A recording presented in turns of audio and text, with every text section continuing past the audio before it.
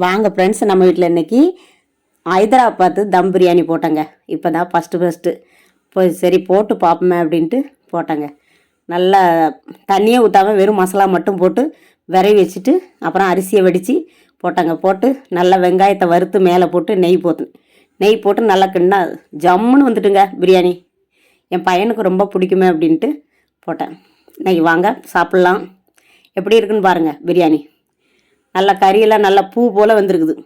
இன்றைக்கி தான் ஃபஸ்ட்டு வாட்டி செஞ்சது ரெண்டுமே சூப்பராக வந்திருக்கு. பாம்பே அல்வாவும் செம்மையாக வந்திருக்கு, பிரியாணியும் செம்மையாக வந்திருக்கு.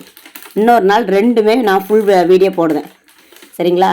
எல்லோரும் பாருங்கள், லைக் பண்ணுங்கள், சப்ஸ்கிரைப் பண்ணுங்கள், பார்த்துட்டு எப்படின்னு போடுங்க. அப்போ தான் நானும் மாற்றி வீடியோ போட நல்லாயிருக்கும்.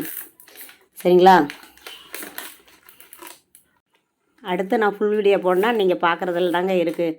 கமெண்ட் பண்ணுங்கள்.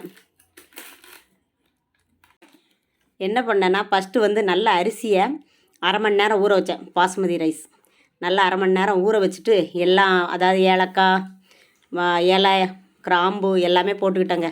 எல்லாம் போட்டு நல்லா கொஞ்சம் எண்ணெய் ஊற்றி உப்பும் போட்டு வேக வச்சு வடிகட்டி வச்சுக்கிட்டு சிக்கன் 1 கிலோ சிக்கன் 1 கிலோ அரிசி 1 கிலோ சிக்கனை நல்லா கழுவி வாஷ் பண்ணி வச்சுட்டு அதில் கொஞ்சம் சிக்கனு பிரியாணி பவுட்ரு வீட்டிலே தான் செய்வேன். நான் வெளியில் மசாலாவே வாங்க மாட்டேங்க. அதனால் வீட்லேயே மசாலா எல்லாம் ரெடி பண்ண பிரியாணி தான். வாங்க இலையில வைக்கிறேன் பாருங்கள். என் பையனுக்கு ரொம்ப பிடிச்சதுனால என் பையன் விரும்பி சாப்பிடுவான். பாருங்கள். இதுவும் ப்ரெட் அந்த பாம்பே அல்வா இது நான் தாங்க பண்ணேன். சூப்பராக பண்ணேன். வீட்டில் தான் பண்ணேன். அது வச்சுருக்கேன். அப்புறம் வேக வச்ச முட்டை வச்சேன். அப்புறம் தயிர் ஆனியன், அப்புறம் பிரியாணிங்க. இன்னைக்கு தான் சூப்பராக வந்திருக்கு பிரியாணி. வீட்டிலே நல்ல மசாலா எல்லாமே, வெளி மசாலாலாம் ஒத்துக்காது பசங்களுக்கு. அதனால் நான் வீட்டில் தாங்க பண்ணுவேன். கூமுட்டை அரிசி பார்த்திங்கன்னா பாருங்கள், நல்லா சாஃப்டாக நல்லா வந்திருக்கு. அரை மணி நேரம் தாங்க தம் போட்டேன்.